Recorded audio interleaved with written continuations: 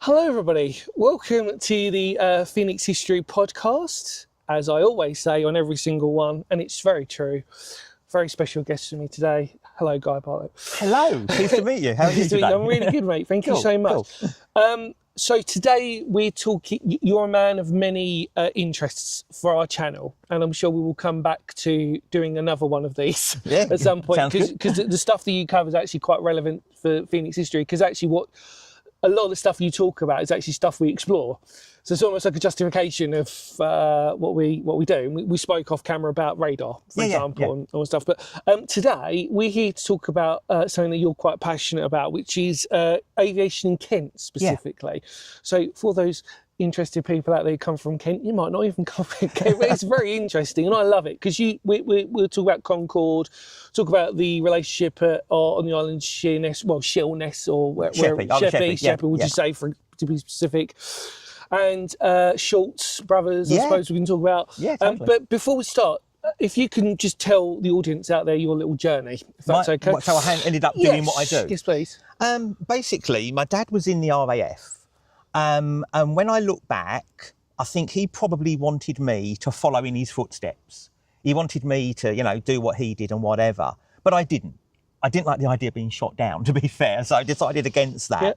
And instead, I became a school teacher. Yeah. Now, you might say being a school teacher is more dangerous than being in the RAF, but that's another story entirely. And he used to take me to air shows as a child, and we used to go to, all the local ones, Biggin Hill, Westmoreland, Manston, all those type of places.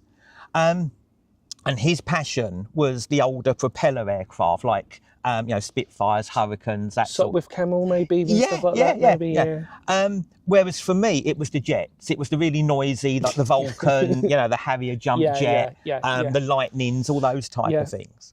And I used to love that. And to be truthful, as time went on, we got older, had, other interests and whatever else.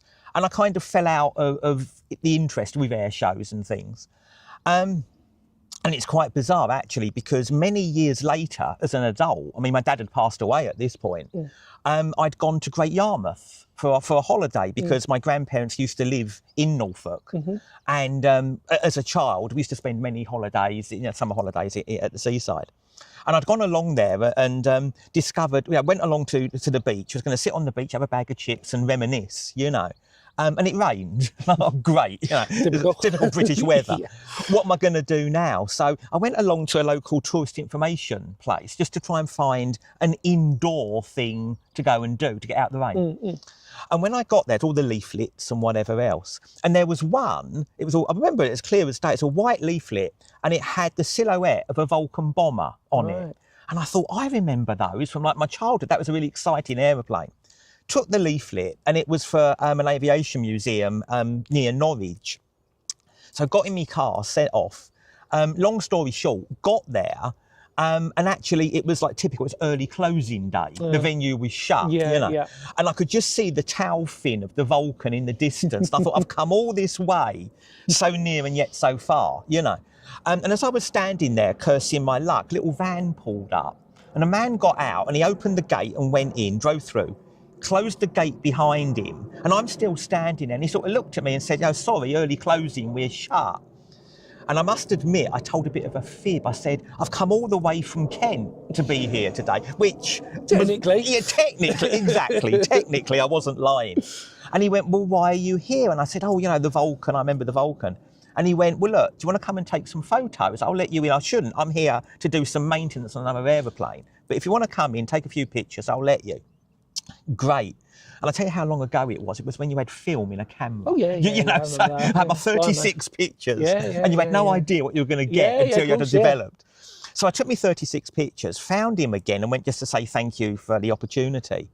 And he turned to me and he said, "Have you ever sat in one?" And I said, "No." And he said, "Would you like to?" That's a really obvious answer to that one. Anyway, got to sit in it, and he told me all about it and whatever. And as I say, at the time, I was a school teacher. And this was probably early 90s. So internet was incredibly new, very new. But I've always liked technology and computers and stuff. And I decided, when I searched, there were a couple of websites about Vulcans, but they were very technical, all abbreviations. And if you were a pilot, you probably knew it all. But me as a layperson, it made no sense whatsoever.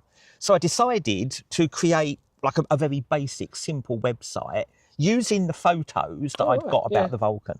And that was really the start of it. It all kind of went from there. People contacted me and asked me various bits. And of course, I then did more research and bought books about it and whatever. But the reason I ended up doing what I'm doing now, because I do, as you know, a lot of aviation-related talks for groups and whatever, that came about purely by chance, completely by chance. Gone to a dinner party, and we were playing the game, tell the group something interesting you've done.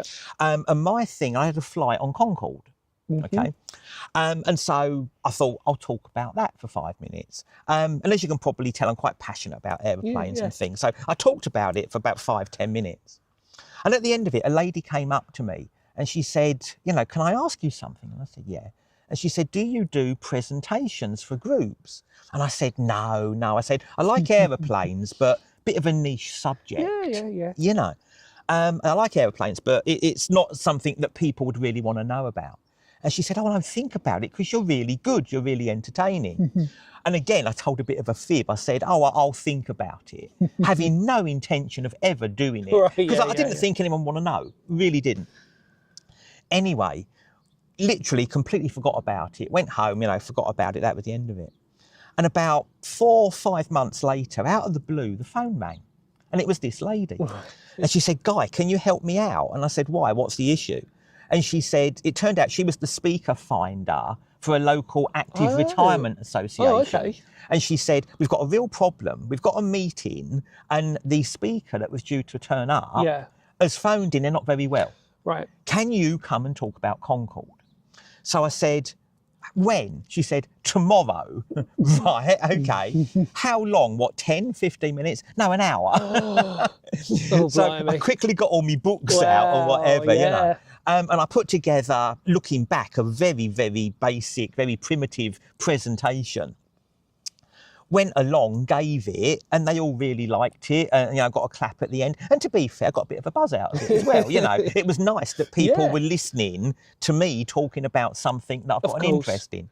And it kind of went from there, really. And it started off very low-key, very small scale.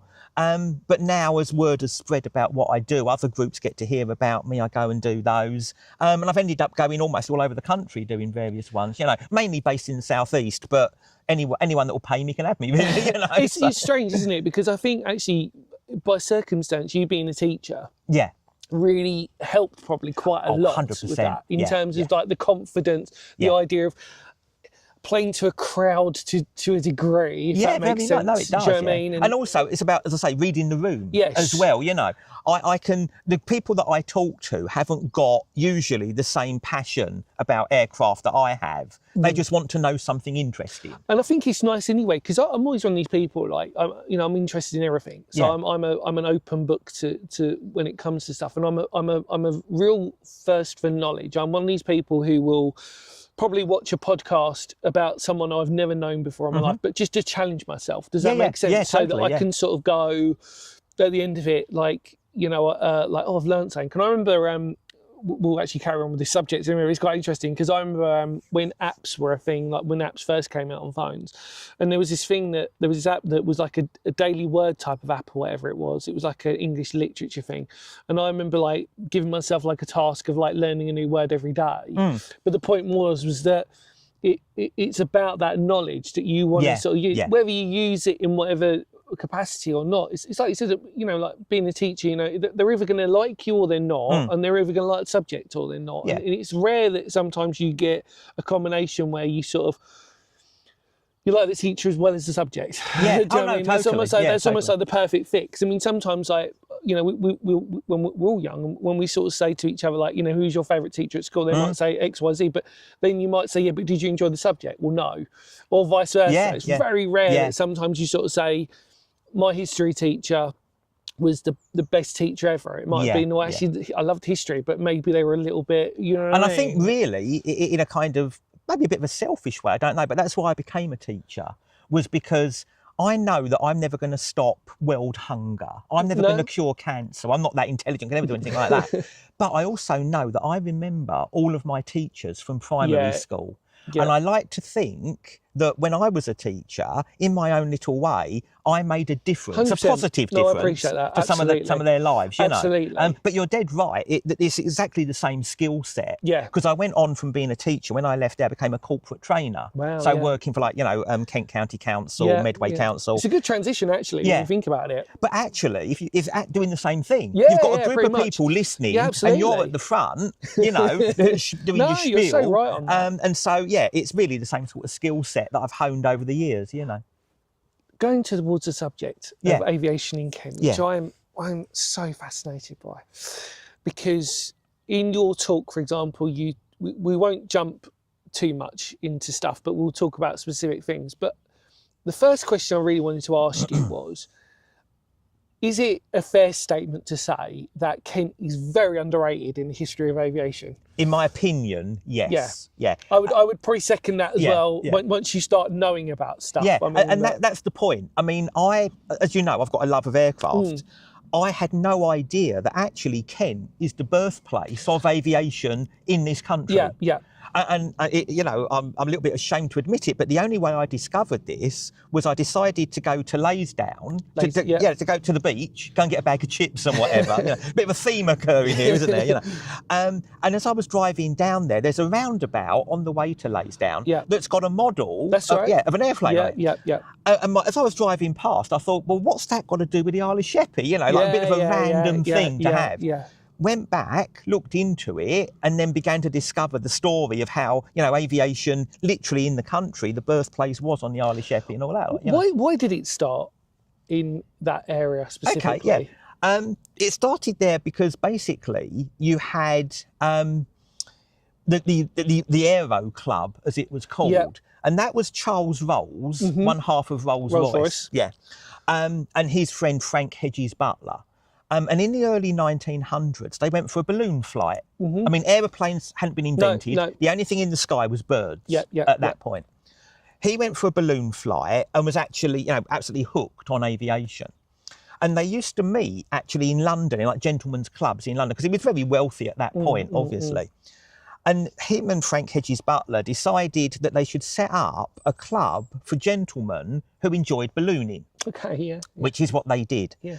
But if you think about it, central London's not the best place for a balloon flight. You know, you can imagine land in the Thames or whatever, not very good. Yeah. So they decided to try and find a location for a headquarters that was more suitable for balloonists.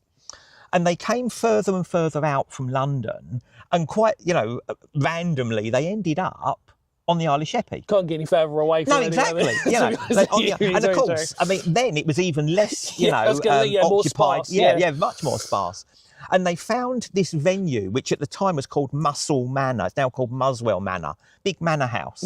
And they decided that this would be the ideal venue for their Aero Club. Right. So they purchased it. And then that's where the Aero Club began. And then you had all these like wealthy businessmen and whatever coming down from London, going there, flying around in balloons and having a nice time. Then the story moves on slightly that obviously, you know, the early 1900s, 1902, 1903, there was footage coming across from the States of the Wright brothers, you know, and their aeroplane, Kitty Hawk and whatever. Now, Charles Rolls, when he saw an aeroplane, thought this is a lot better than a balloon because you can control where you go. A balloon, you can control altitude, but you can't control where you end up, you know. And it so happened that the Wright brothers had come across the Atlantic and gone to France. Right. And they brought with them one of their early aircraft, and they were doing demonstrations. Right. Charles Rolls wanted to go and see that, so he went across the Channel, and he was actually the second Briton ever to fly in an aeroplane. Oh wow! No? Okay, love that. He went for a flight in you know, and he was taken up by, you know, Orville Wright, you know, had a flight, landed, and immediately said, "I want one of those." But there was a problem, and the problem was that they already had an awful lot of back orders back in America, and as they said, even if we build you one, we've got to ship it across the Atlantic. That's going to take weeks, because it did at the time, obviously, you know. clearly impatient with their money, and they wanted, totally, But Charles Rolls wasn't a patient man, right? And he said, "Oh, I want one sooner than this." Well, fortunately, going back a step, the Short brothers, two of them, who were basically entrepreneurs, they had been for a balloon flight, they had enjoyed it, and they had bought their own balloon. And they were going down just outside Hove. There's a park just outside Hove. And they were offering pleasure flights. It was tethered. So basically you went up about 30 feet, you paid 1 penny and you came down again. And they were all into making money. As I say, they were entrepreneurs, they were businessmen. And they said, well, we can make a little bit of money charging a penny a time, but we'll make a lot more if rather than offering pleasure flights, we manufacture balloons. Yeah. And they started doing that, and their first place actually was in Battersea up in London, right? Because they used to inflate them with coal gas. Oh, blimey! And one of the byproducts of creating natural gas that heated homes was coal gas. So there used to be Battersea Gas Works, and it was right next door to there. And they bought all the coal gas, and that's where they started doing that. Anyway, again, because they were so good, they were so they had business acumen, shall we say? Yeah. They heard about Charles Rolls and his Aero Club, and they thought, well, where's the best place to build a factory that makes balloons next door to a club full of wealthy businessmen who like ballooning? Idea. Yeah, totally. They came down from Battersea, and they had start-up capital of £600, which was quite a lot in those days. But they built their balloon factory. Yeah.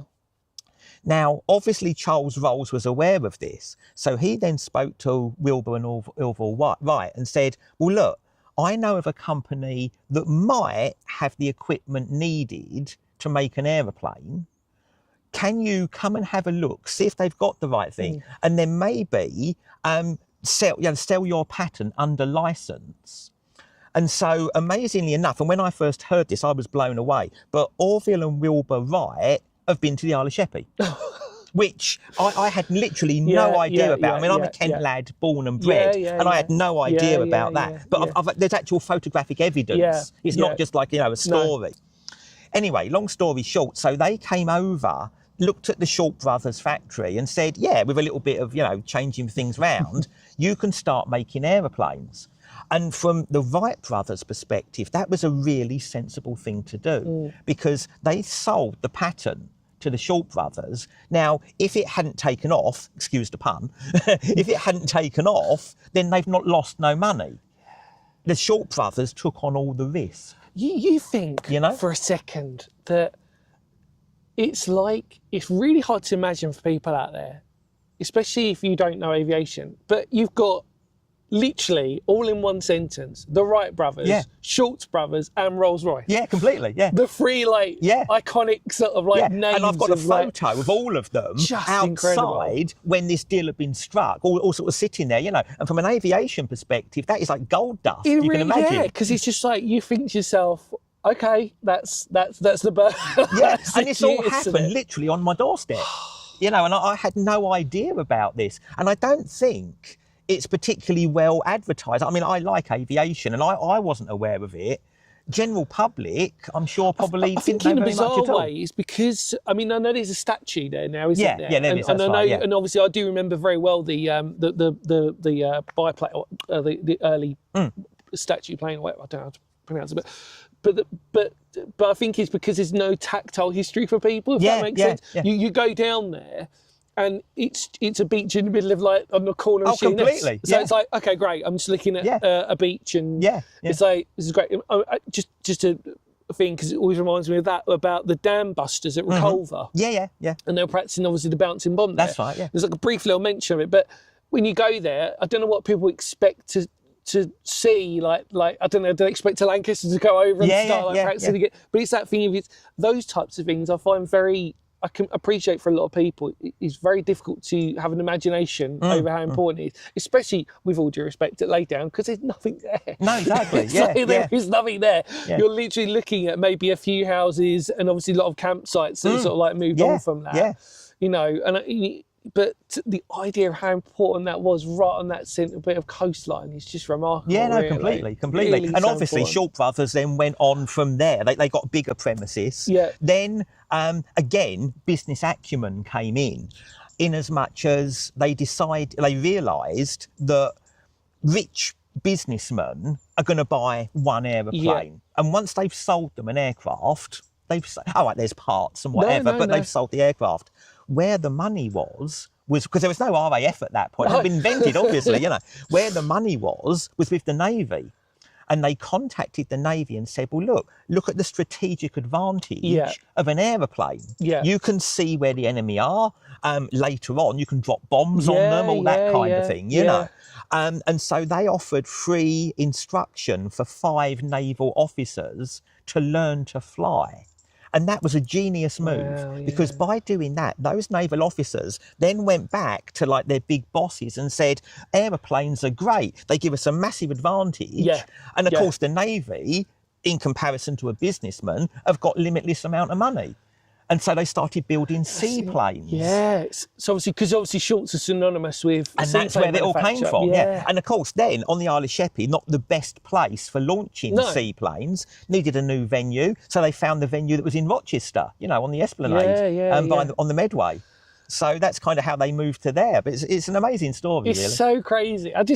We need to talk about it. It lights me up because I just forget some. I mean, I was sort of, you talk about it in such rich detail, which is beautiful for me because it really just sort of does spark that sort of like, oh God, I keep forgetting how important that is. Yeah. And because again, there's no sort of obvious tactileness that I can picture like an airfield and or anything like that. particularly now as well. I'm of an age where I actually remember the Shorts factory. It was closed down. Yeah. This is the one on the Medway. It was closed down, but you drive past and your parents would say, "Oh, that's the Shorts factory." A flying boat. So that's what I'd say to you. Now that's a group of apartments. There's a blue plaque, if you know where to look. But that is it. Well, you got the obviously we've done before, but obviously you got the massive manufactured tunnels that are behind it. Yeah, that's right. But it's even then it's like the scale of those tunnels that are massive. It really doesn't put it into perspective, and then you still got the slipstream of where that's right, the slipway. You have, exactly, got it from, and it's just bizarre because obviously you see like the M2 bridge, the Medway viaducts now there, but obviously that wasn't there back then, so it was even more of a clearer way from obviously for them to sort of land, and they were like, and these were. As was I did, they were Shorts planes, seaplanes. They weren't the small kind. No. They were they were mini buses. But what was interesting as well was Eustace used to actually go for flights. He would go to work, and it was well known that he would go for like a flight around the Medway towns for about an hour almost every day. Wow, So it's a little bit like going to eat your sandwiches in the car park sort of thing. You go for a flight around Medway, Because it's a shame, really, because the story of them, I suppose, is that obviously World War II had a huge effect because it was at Rochester Airport where they pretty much got a factory on the top. That's right, yeah. But then because it became susceptible to bomb, they moved it. Was it to Ireland? That's it. They went out to Ireland eventually. Yeah. But it's such a shame because obviously there's that sort of missing connection sometimes with that. I think actually one of the really good things is if everybody's in Rochester, if you go to the Guildhall Museum, for example, they still do have like some early photos of. Yes, they do. That's right. And they try to keep that sort of memory of Shorts a little bit alive. But again, going back to Laytown, it's just such a bizarre sort of pioneering thing, sort of moving forward onto that. Yeah. I've spoken to many people on this podcast about obviously the strategic importance of Kent being where it is and so close to France and Europe. I want to sort of move forward a little bit in terms of World War II, World War I with the RAF and the importance of how these airfields were, I suppose, in relation to all of that. And I mean, I think Manston's probably got the most interesting story because Manston was the only airfield from memory that ever got bombed and then left. Yeah. I think it pretty much got flattened, and there's some beautiful photos of it, but it had been.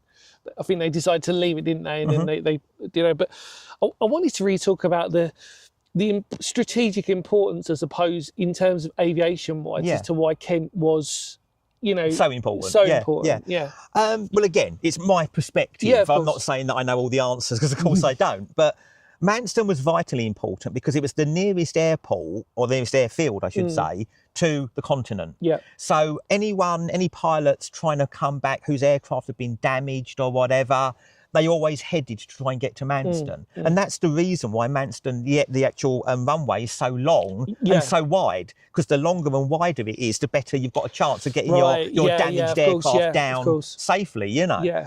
So that's really why that came about.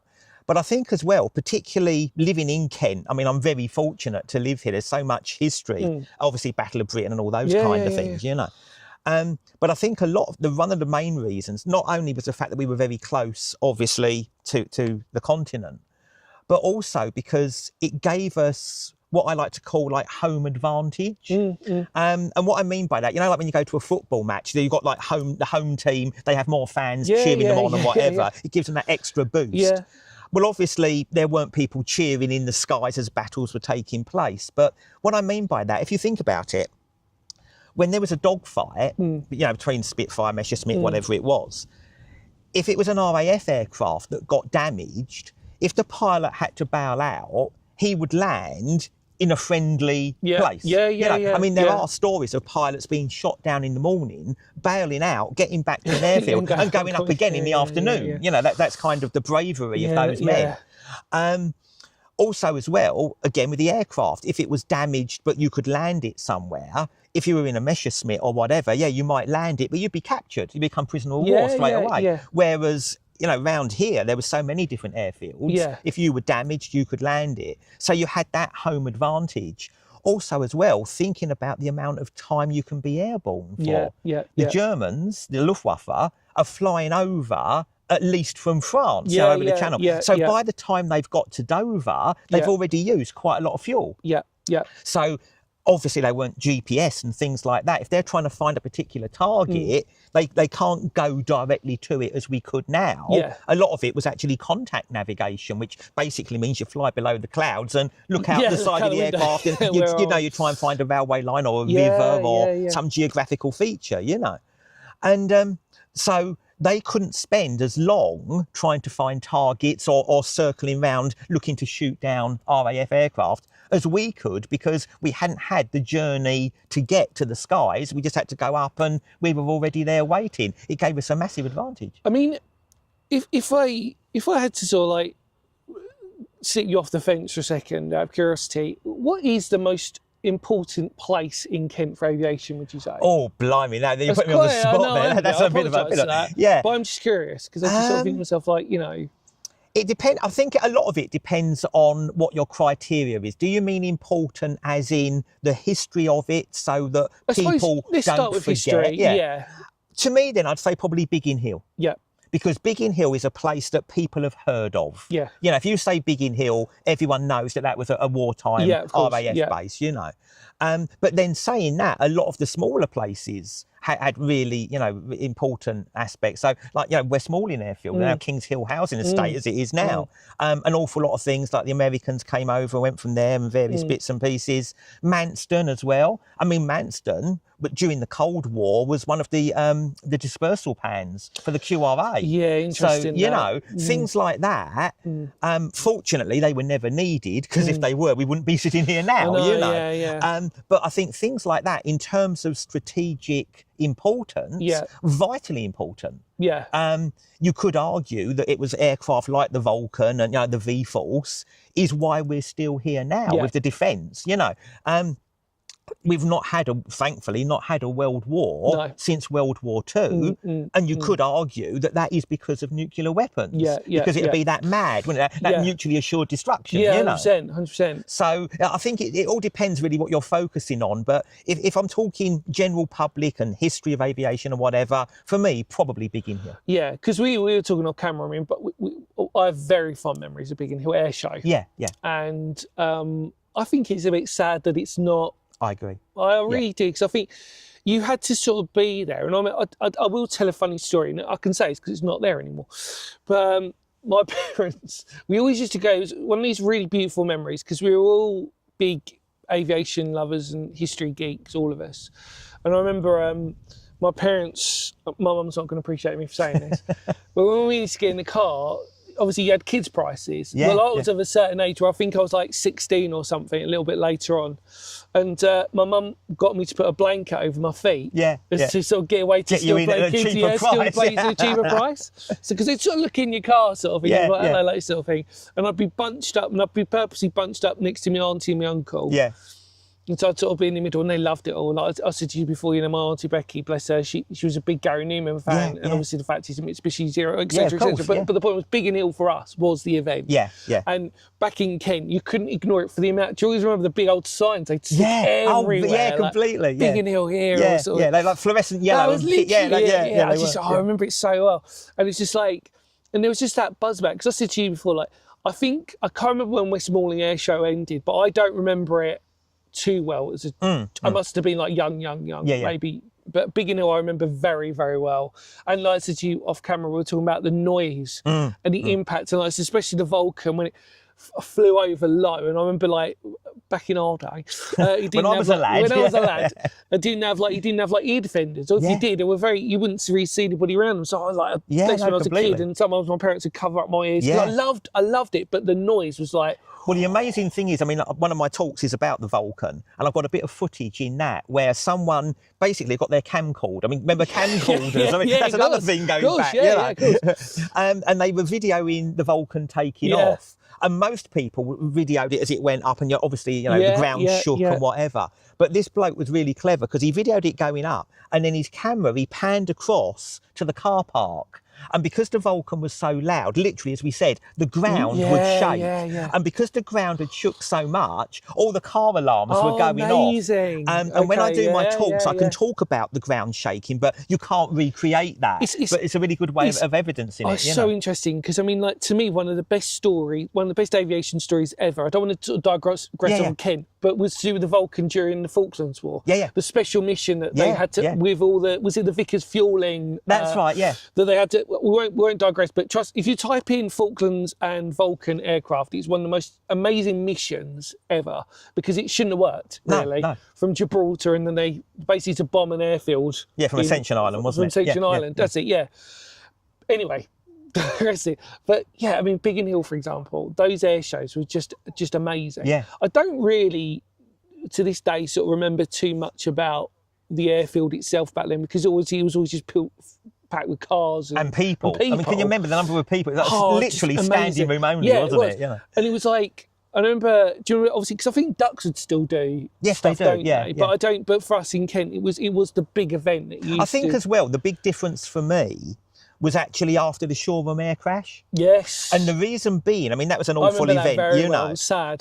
But the problem was, there was before that time, there were an awful lot of individuals who had, however, how they got them, I don't know, but military jets that they owned, or military aircraft that they owned. And after Shoreham, the insurance costs went sky high for those. And that meant an awful lot of those private individuals who used to come to air shows and entertain the crowds could no longer afford to do it. You make a really good point. You know, and so then you ended up with like your Red Arrows, your Battle of Britain. And don't get me wrong, they're all I love those aircraft. But you didn't have, or you don't have now, that mixture, those different sorts of airplanes, you know. And I feel that's a real shame for younger people growing up now. Because it's weird, I went to Headcorn a couple of years ago now. I've been there twice now, and I love it because it still gives you hope that there are still events out there. But the scale is it's totally different. It's totally different. But it's sad to me, because I think Headcorn's a beautiful little airfield, and there's so many enthusiasts there, and I encourage people to go to Headcorn. If you want to take a little bit on a smaller scale, you know, there's a museum there as well, isn't there? Yeah. Absolutely. And but the point is that gone are the days when you will just get those and you're so right about it, because I remember the Shoreham one very, very well, because at the time it was just because there was footage as well, which is so sad. You actually see this happen, and then you're just like, oh, blimey. But I mean, it's sad for me with aviation in a strange way, because I do think to myself, you know, it's rarely you get to hear stories from kids these days who just have those same sort of. And to be fair, I mean, as I say, as you know, I was a teacher. And, you know, going back to my teaching days, it's like sort of show and tell and things like that. And when there was an air show on, you'd have kids on the Monday morning coming in with their model, like their Airfix airplanes. We saw this, we saw that. And it actually gave children an opportunity to maybe think about a future career. I appreciate that. And it wasn't just being a pilot, because only a very small percentage do that. But it's all the other things. I mean, obviously, you've got like Rochester Airport, you've got all around there. You've got, you know, the companies around there, whatever, BAE Systems, all that lot. You know, I mean, these are one of the main, or were one of the main employers in the Midway towns. It used to annoy me, actually, because obviously the Lightning used to be there. That's right, it's not there anymore, is it? It's not there anymore. And it was just so... it's a gate guardian, that's wasn't right, because we spoke to... We had on the channel, we've got... we interviewed... We did a special video on the garage that's there up at Rochester Airport. It's the person who collects... That's right, he does like petrol pumps and things, doesn't he? Yeah. And he was the one who was responsible for actually putting the Lightning on the field anyway. Yeah. But the point is, again, when you see a plane like that, like the Lightning, and you think of how vital it was. Yeah, totally. And yet, even those planes now, we can't have them just to look at as we go past. And I think that is why part of what I do, yes, I enjoy doing the talks and whatever, but part of it is to try and stop people from forgetting. 100%. Because I totally appreciate this is our history. Really do agree you know? with that. Yeah. And I totally get that things like the Battle of Britain, you know, these were monumental events. But also, you've got things like the Vulcan, you know, all these type of aircraft, which did play a vitally important role. Yeah. Falklands, V-Force, all this sort of thing, the Lightnings. I mean, now, obviously, we talk about, you know, Russia incurring into our airspace. I mean, that's going on literally almost every day. You've got the QRA going up to, you know, intercept them and whatever.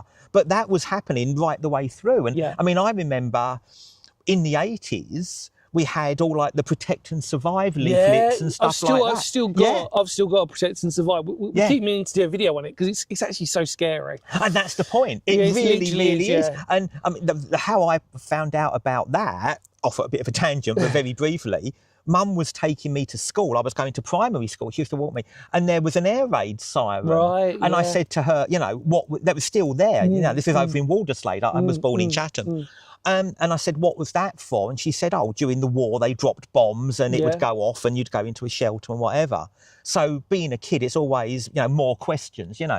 I said, why is it still there now? And they said, well, Mum said to me, well, now it's still there because if there was like, you know, the 4-minute warning, that would sound. And as a child, that absolutely terrified me. If that ever went off, you had 4 minutes. I don't want to go off to a tangent too much, but do you remember the War Game, it was called? Yes. And the idea was that, for those who don't know, it was somebody, I forget his name, Watkins was his surname, but I can't remember what his first name was.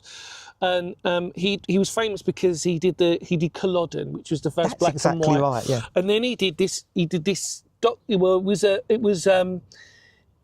It's not the same as Fred's, because everybody talks about Fred's in terms of the Cold War and being very, very scary. But War Game was, I think, just as scary because it was all black and white, wasn't it? Exactly. And it was set in Rochester, Maidstone. And the idea was that, without giving too much away, because I really encourage people to watch it, the scenario was if a nuclear attack had gone off in Rochester and Maidstone. I think it was Maidstone because I think it was near barracks, but I think Rochester, I don't know where, Rochester was mentioning it from memory. I haven't seen it in a while now.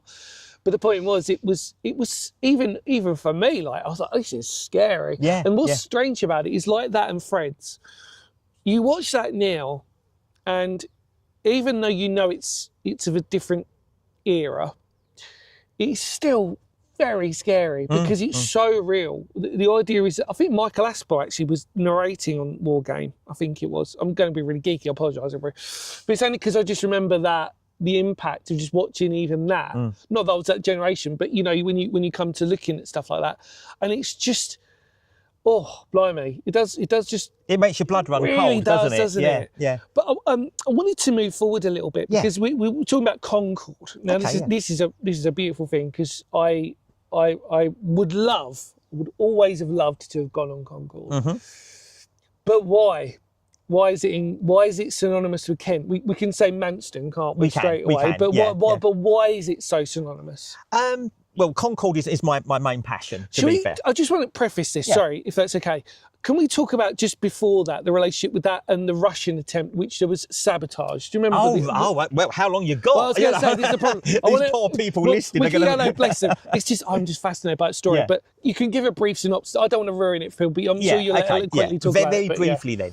Obviously, I mean, going initially, the idea of a supersonic passenger aircraft goes back to 1956. Yeah.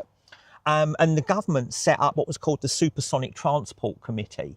And at the time, I mean, aviation in this country, there were hundreds of really, like de Havilland, Avro, all the really big names that everyone, I'm sure, remembers. Yeah. And the government got all of their chief and top engineers to meet in London to discuss the feasibility of a supersonic passenger aircraft. Could it even be done? You know? And they all came down, and the bottom line was they thought, yes, it could be done. It was possible. As we know, without going into too much detail, we joined forces with the French, when Concorde was the result. But of course, this was in the mid to late 60s, which was at the height of the Cold War. So you had East versus West. Yeah. And obviously, the last thing, obviously, you had like the space race, and we all know about that. But this was another area where Russia didn't want to be seen to be beaten by the West. So they had spies that infiltrated the factories in Toulouse in France and Filton down near Bristol. Took photos of the early Concorde blueprints, got them back out to Russia, and Russia basically copied Concorde. So when it was called the Tupolev Tu-144. When you see photos of that, it's identical, pretty much. Virtually looks identical, doesn't it? So much so that at the time the press nicknamed it Concorde Ski, because it looked so similar. Because they sort of shot themselves in the foot with that, didn't they? Because it looks so identical. It's like, how did they get that? Yeah, it's a little bit obvious what they've done, but that's what they did. So that's where that came from. And actually, again, if you want to talk geeky, if you ever get to be on Who Wants to Be a Millionaire, and the £1 million question is, what was the first, supersonic passenger aircraft? It was actually the Tupolev. It flew supersonically about 3 months before Concorde did. Crazy. So if ever you're on there, remember that. And if you win, remember I told you. That's important. So Concorde in Kent was quite an interesting story, really, because obviously, as I'm sure people are aware, commercial aircraft only make money when they're flying.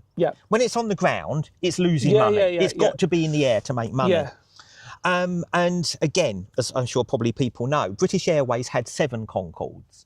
And at the time, they were only really flying to New York and back twice a day. So an awful lot of the Concordes were basically at Heathrow, Gatwick, wherever, on the ground, doing nothing. And in Canterbury, there was a company, a travel firm, called Goodwood Travel. Right. And the owner of that, a very clever man, realised that British Airways have got all these wonderful aeroplanes and they're on the ground not being used. Facing the wrong way. He also knew that an awful lot of people, whether you liked aviation or not, would love to say, I've flown on Concorde. Because I think you'd agree with me that, when Concorde used to fly, whether you liked aircraft or not, everybody would stop and watch it go over. Everybody would do that. And so there was this love of the aircraft. But a cost, a one-way ticket out to New York was about £6,500. Only for the rich, way out of the budget of the typical, British person.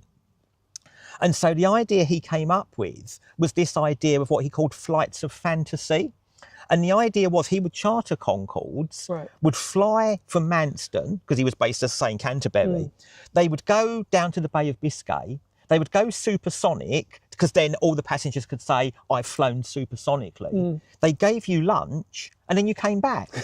And it's an amazing story, because apparently when he first had this idea, he contacted British Airways and said, I'd like to charter a Concorde. Right. Because he didn't know whether it would work or not. No. And they said, well, OK, where do you want to fly from? So he said Manston. Right. They looked into it. Long enough runway. Manston, we can land and take off from there. OK, you want to fly from Manston. Where do you want to fly to? And he said, Manston. And they said, no, that's where you were taking off from. And he said, no, we're coming back. And they couldn't get their heads around this idea that passengers would pay actually not to go anywhere. Like a pleasure flight, in effect. A very big pleasure flight, but a pleasure flight. And they allowed him to do it thinking, this isn't going to work, but it became incredibly popular. An awful lot of people did it because although it was still about £1,500, still a lot of money, a lot less than £6,500 to go to New York, Wow. So that's how that all kind of went from there, really. So I do find Manston Airport so interesting because I think that it's, I don't know what it is about it, but it's so open as well. Do you know what I mean by that? It's like, I mean, even if you go there now, like you can't use the runway's a little bit higher than the main, the bypass road. Because that's a new road now. I remember the old road. So back then, it's very hard to imagine how large it is, and yet when you look at these aerial photos, you're like, "Oh, that's actually a very long runway." That and very wide as well, incredibly wide. Yes. But because actually, what's interesting as a pro-recording this, it's actually the debate now is whether they're going to repurpose it now. Yeah, no, that's right. I mean, I think I don't know if whether as a recording this the contract's gone through, because I was really interested in that because they sort of hinted at it like every other month now. Manston might be coming back to. I mean, but if that's the case, I mean, how brilliant is that? It would be good. It would be good. I mean, I remember going back a long time ago when the RAF left Manston. For quite a while it was called Kent International Airport. Right. And that's where the airplanes took off from to go to Europe and whatever. And eventually it closed down, or just shortly before it closed, a company took it on.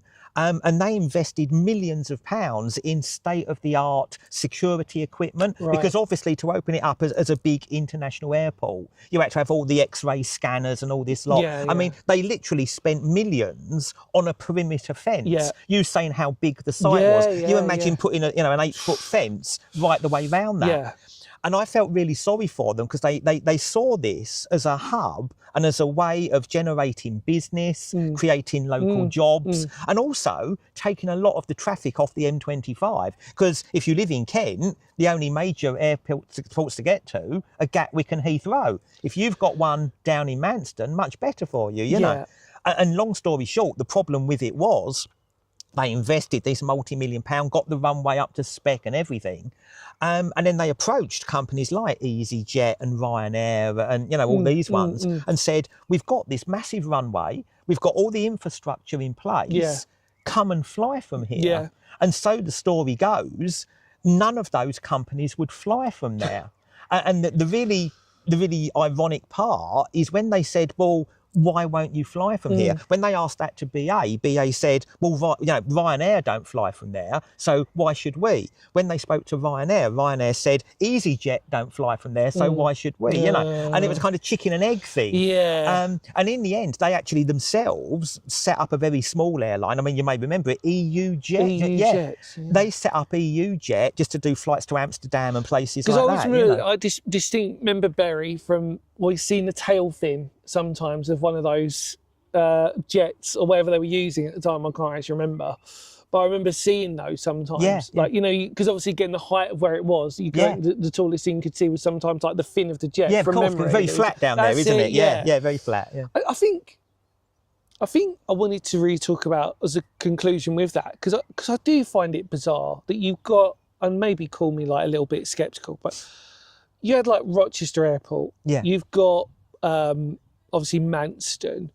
You've got Biggin Hill. Biggin Hill's obviously turned into more of a commercial that's right. sort of enterprise now. But especially Rochester and Manston, for example, still Rochester still has those sort of like training of planes and they still have helicopters running. But the potential of those two places, Rochester maybe not as much, but still, the fact that I know for example, they put up a new control tower at Rochester, but they don't use it because it's not, I can't remember, I don't want to misquote anything, but they just, it's not ready or whatever, but it's there.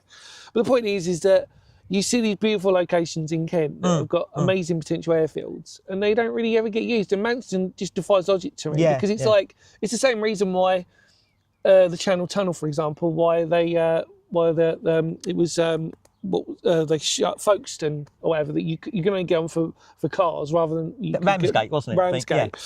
I was just like, it just makes no sense to me. And I just think to myself, it's for not even for people in Kent. I mean, it's just that ease of access. I think a lot of it is about that willingness to gamble millions of pounds. Yeah, probably right. You know, it's a multi-million pound thing that you're doing, isn't it? Yeah. And if you were investing that kind of money, you've got the guaranteed, well, everyone knows Gatwick and Heathrow, so let's invest there rather than trying something new, you know. And I totally get, and I would agree with you, that I think that there's these opportunities that are really being missed in the county. But then I'm not a businessman, I'm not someone that's got a multi-million pound budget that can make these decisions, you know. Two final questions to sort of semi-wrap up, if that's all right, because I find that honestly, I know we will follow up with some other interesting podcasts down the line especially, but what is the most interesting story that you've come across in terms of aviation in Kent? And you can be subjective or sort of like, you know, as open to that as possible. Blimey. Most interesting story. UFOs. When the aliens landed, the lizard people that are in charge. Didn't you know about that? Yeah. Most interesting story, oh blimey. I mean, I think probably for me, it would be the fact that Manston, they did a lot of the testing for, like, you know, the bouncing bomb and whatever at Reculver. Yeah. And that was chosen because obviously the tide goes out a long way at Reculver. So when they were dropping those test weapons, when the tide went out, they could go out and collect the parts, like the fragments and whatever. I didn't know that. That's why it was chosen. Right, okay. And also as well, because it was very close to Manston. So the Lancasters were taking off from Manston and going to drop the bombs and whatever. And the reason why I've chosen that one is because, again, you could argue it, but you could say that I'm not saying that the Dam Busters raid changed the course of the war. It didn't. It wasn't designed to do that. I think what it did was change the morale. Yeah. In as much as the Germans believed that in the centre, you know, the German heartland, bearing in mind, as we said earlier, GPS wasn't invented. Dropping bombs was a very, very primitive affair, really. If you got within a mile of your target, you were deemed to be doing well. Yeah. So this like pinpoint accuracy of dropping bombs on dams, having got through the might of the German defences to get there. It was a real David and Goliath thing, it really was, you know. And that changed the morale, I think, for both the Germans, because from their perspective, well, the British can pick and choose targets at will with basically pinpoint accuracy. And the British as well. You know, look what we've achieved. This is what our guys can do. Yes, although we're incredibly outnumbered, we have got the skills, we have got the brave pilots, we've got the equipment, the scientists, the boffins in inventing this stuff. We can do this, and we've proved it, and we've done it. So the raid itself, I don't think changed the war, but I do think it had a big impact on morale on both sides. And I might be a bit biased, but I'm actually called Guy because I'm named after Guy Gibson. That's right. You know, that's a little bit of where that one comes from as well. But no, to me, it would be probably somewhere like Manston, you know, linked in with those type of issues, I think. I get, you know, when you talk about all this stuff, I totally get your enthusiasm for why it's so interesting in an aviation sort of sense. And I really do get that, because it really does illuminate it. And obviously what we've spoken about today is we started from its very foundation of those iconic aviators, to obviously moving through to obviously the middle part of World War II, and then obviously going through to Concorde. And Cold War as well. Cold War as well, you know, the final sort of stages, those glory sort of days. And obviously now, I suppose, really the future for aviation as a helicopter goes over the top of us, ironically. That's for me, actually. I need to go now. I've got another podcast to go and do. But, they're picking me up. But that's the thing, isn't it? Is that, you know, we do look at those types of things and we think, wow, like the history of aviation is just so rich in this county, and it's worth investing in that. There you go. Perfect timing. Perfect timing. But I think that with all that said, I mean, is there anything else you wanted to talk about within what we've spoken about? Not really. I mean, I just think that we mustn't forget. No. I think these days we're all so focused on what we want and what we've got, an instant gratification and, you know, having things immediately. And an awful lot of what we've got, well, and I know personally speaking, I take for granted. And I think we need to look back and remember what our grandparents, our great-grandparents went through. Yeah, I mean, as an example, talking about World War II, I remember talking to my grandparents and them saying they would go down the bomb shelters, they would come up and a whole street would be flattened. And I can't even begin to imagine that, let alone live through it. You're so right on that, like taking it for granted. Because I genuinely think, especially with our channel, we really do try and, we know that when we visit these types of places, we're never going to ever sort of thankfully ever go through the experiences of what those people went through. But we do, I've said this before, but not in a spiritual way, although it could be a spiritual way, but we do sometimes when we go to certain places, there is a feel and an energy about it. And I wonder sometimes if that sort of gets imprinted onto the walls of those places. I think you've got a good point. Because of the sort of trauma and the tragedy, because it's never ever a comfortable place to sort of be. And again, I don't want to talk too spiritual on this. Obviously, it's stone tape theory sort of idea, but there is definitely sometimes you will visit a certain place and it will definitely sort of have this vibe about it. That's just something you can't put your finger on. And I think that alone just tells its own story history-wise. But you're so right. We're so... Obviously, I'm of a generation, I remember I'm lucky enough that I remember, obviously, my grandparents were in World War II. So I actually remember, and thankfully for my gran especially, she lived to a very good age. She was in the NAFI, and I remember picking stories about it. But it's sad now because in a strange way, like when we look at these memorials and we look at the services for Remembrance Day and stuff, that a lot of people in a generation just aren't really going to, and I get it because they weren't there, they don't understand the importance but that's why it's important that we remember 100%, because I've personally, I think I remember as a child mum and dad taking me to various places and it was like names on a wall. And that to be fair, it was boring for me. These are names that didn't mean anything. But it's when you pick the stories behind it, and then you realise the sacrifices that were made, what individuals did, And you're so sorry for interrupting, but I think it is so important because I said it goes back to for example, the lightning at Rochester Airport. It doesn't matter if you know what that plane is. If you go past it as a kid, you're going to look at it, and you're going to probably question it, and that's the point. And that's where it starts. Yeah, exactly. That's where that enthusiasm starts. It might be from something as basic as that, but if it's not there, then the question isn't asked. Absolutely. For me, I think history as well. I mean, not just military history, any type of history. When you look back, you learn so much. Totally. Because. And I remember my grandparents saying, I feel very old now because I'm now repeating what my grandparents said to me, But history repeats itself. And the one thing I hope that we don't do is make the same mistakes. And the only way not to make the same mistakes is to remember what happened before. Absolutely. And history is what opens the door to let's do that. I literally say that because really the purpose of this channel, our motto is obviously because history matters. Now, that's not meant to be in a political way. It's basically meant to say, we have to remind ourselves of the past so we can move forward. Completely. Now, however we move forward is up to us because as humans, we are a little bit silly sometimes. We're give you that one. We have our moments. We do have our moments of repeating sometimes. But the point is we have to look back to move forward. Because if you can't do that and you're constantly moving forward without looking behind your shoulder, how are you ever going to learn? Because that's how we learn. It's like with anybody. It's a really bad analogy for people. I suppose you can understand it. It's like you've gone from a guitarist like Jimi Hendrix, who's a pioneer, amazing guitarist. And now you've got these guitar players now who just maestros, virtuosos of their instrument stuff, who wouldn't have been here if it wasn't for those completely people. Because they were inspired. Absolutely. Totally. And I think it's the same thing with aviation.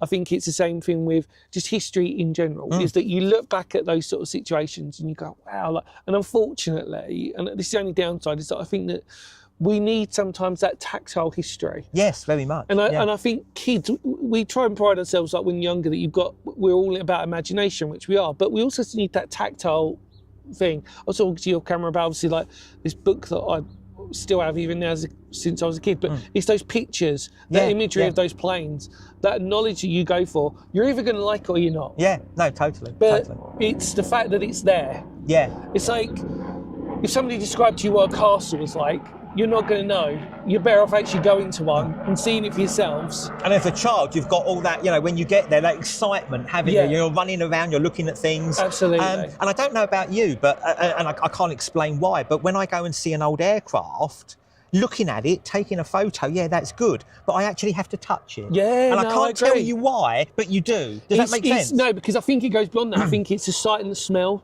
Yeah. And it's like the smell of the diesel or the petrol or whatever it is. It's that sort of like, it's like when you go into like, like an old museum, and it's like, when they put like wax on like a wood to sort of furnish it, and these types of but it's that smell. And it takes you back. I mean, I know it's a bit of a cliche, but they often talk about like the smell of cut grass. Yeah, reminds you when you were a child, on summer holidays that went on forever. 100%. It takes you back, doesn't it? Yeah, and as humans, I think we do respond to those sort of visual and audio cues quite a lot. You know what I mean? Because we're sensory in nature, so I suppose that we sort of do get to those stages, and I think that, like I said, you can only. It amazes me these days.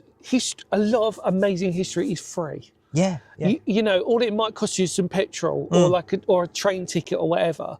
And trust me, the moment you go to somewhere, and the most important thing for me is why we're doing this specifically about Kent Aviation. If you live in Kent and you watch this podcast, for example, you might now want to actually start, hopefully this could inspire you to actually start doing some research. Yeah, completely. Go, blimey, like this is crazy. Like I didn't know about this. And it happened on my doorstep. Some of you might even be living in Sheerness watching this and going, I didn't even realise that. Or didn't realise the extent of what that was. No, completely. Or some of you... And other things as well, interrupting you for a second. No, sorry. But, Gravesend Airport, that was vitally important during the war. That's now got a school built on it. Yeah, because we did the, I think part of the airfield still sort of survives, because we did some of the air raid shells, because the dispersal sites were massive. Like they had like massive dispersal sites. But but the only reason I found out about that was when I was a teacher, obviously you went round to different schools and things for various like training courses and whatever. And I had to go to the school in Gravesend. And having loved aircraft all my life, when I pulled into the car park, the school badge has got a Spitfire on it. Yeah, and I thought, well, why on earth? Why has it got a Spitfire on it? Yeah. And then they said, well, actually, the end of the playground, the end of the runways, or basically, that's it. And so things like that. There's so much around us that we don't always know. And I don't know what other people think, maybe viewers or whatever, but I know personally, if someone unlocks that door, you can then start doing your own research and finding out a bit more about it. And there is so much that is literally on your doorstep that isn't particularly well publicised, and until you know about it, you don't find out. And do you know what I love about it the most? And I love history so much in this respect, is that it's when you talk to someone else who loves history. There is that beautiful symbiosis or that connection with someone. We're getting technical now. Symbiosis. Like you get that beautiful, or is it synergy probably? But like you get that sort of connection where it's storytelling. Yeah. It's that basic premise. And and especially obviously for you, obviously being a teacher, for example, when you talk to that from a younger generation point, I know it sounds stupid, but it's better than talking about your journey to Sainsbury's at the weekend. Yeah, completely. You know what I mean? Yeah. And it's like, and if like you go like really good, passionate, and it comes through, I think that it just makes it more so, because it can inspire people, and they don't have to take it up as a passion. They don't have to take it as far as you take it or other people, but what they can do is they can do their own research. And it might be interesting that, because gone are the days, I've said this a million times before, gone are the days of like pubs. We used to have pub talk. Yeah. Get the old drunk bloke in the old corner and sort of saying, oh yeah, there's this place down there and you can go check it out. Or back in my day, my granddad, blah, blah, blah. And as a kid, you either liked it or you didn't, but it was interesting. And I think that's the point as well. I mean, again, we talked off camera about this. Humans are social creatures. Yeah. And for mental well-being and things like that, the talks that I give, people that come along to them, and they're coming along not because they've got a passion for aviation, but they just like to meet with other people of a similar kind of generation to themselves and whatever. And it's getting out the house. It's not being stuck in the same four walls, having a cup of coffee, a cup of tea, having a chat. And then if there is a talk that's interesting as well, then that's a bonus. And it gives you something to think about, stimulate you mentally and whatever. And I think these days, we all know about mental health issues and whatever. It's a major issue. And I think what concerns me, I'm off a bit of a slight tangent here, but what concerns me a bit is a lot of the groups that I give talks to, they're often talking about they want people on the committee to do this and do that, and people don't tend to want to help out. No. And the reason why that concerns me is because when I get to the point of not being the one at the front doing the talk, but the older person on the seat listening, these groups might not be around anymore. Take over. No, you know, I agree. And that potentially is a bit of a concern to me. I think I get it. I find it quite scary that, like, you know, for example, like, you know, I'll watch certain videos on YouTube and stuff, and I'll see people go to these amazing places, but they won't necessarily talk about them, if that makes sense. Yeah. And I'm just like, why aren't we? If I knew more about the place, I'd be more infused to sort of understand about what it is. And it's about people, isn't it? Yeah. You know, so I mean, I know when I've had loads of photos. I mean, over the years, I've taken thousands of photos, and my poor wife and people are like, look at these, you know, oh, another picture of Concorde, great, you know. But when you look at the photos, the ones that are really interesting aren't the ones of things. No. They're the ones of people. Yeah, you're so right on that. You know? And I think that's what it is with history. If you can make it into a story, talk about the building, but who lived there? What did they do? That's what brings it alive. You're so right. I really appreciate that, because on a personal note, like when we do our history lessons within the places that we explore, I will genuinely be so excited if I find an old photo of the place, and if there's people there as well to help to justify that. I genuinely like it. Thank you so much, mate. You're welcome. Really appreciate it. If you go down to the link below, feel free to check out your webpage, which I'll put down in the link below. And more importantly, check out all the events and everything you've got coming up. Is there anything else you wanted to sort of promote or talk about whilst we're here? Not really. I mean, you know, I do these talks and whatever. You know, fortunately, Dan's going to put the link in below. You know, have a look at my website. Please do that. If you've got any questions, you know, please approach me. Come and ask me things. Drop me an email, phone me up and whatever. More than happy to come and talk to your group or whatever. And don't be scared. You know, aviation history is a really, really fascinating subject. And I remember when I was a child, it used to be quite a bit stuffy and quite boring. Oh, history, don't want to know about that. It doesn't have to be like that. And I think like podcasts like this, the work that you do, what I do, trying to bring it to life, trying to make it exciting.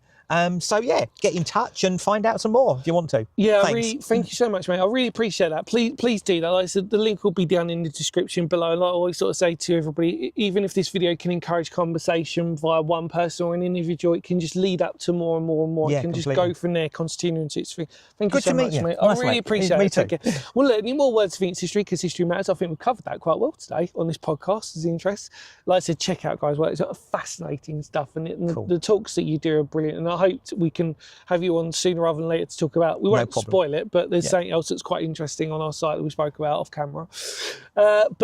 Take care. Much love to all of you out there. Like I said, check out link below, final time, and get in contact, guys. Wonderful individual. He's very approachable and very easy to talk to, as you can tell already from this one. Cheers, mate. Appreciate that one. Take care, everybody. Much love to all of you out there, and we'll see you on another podcast episode very soon. See you later. Bye.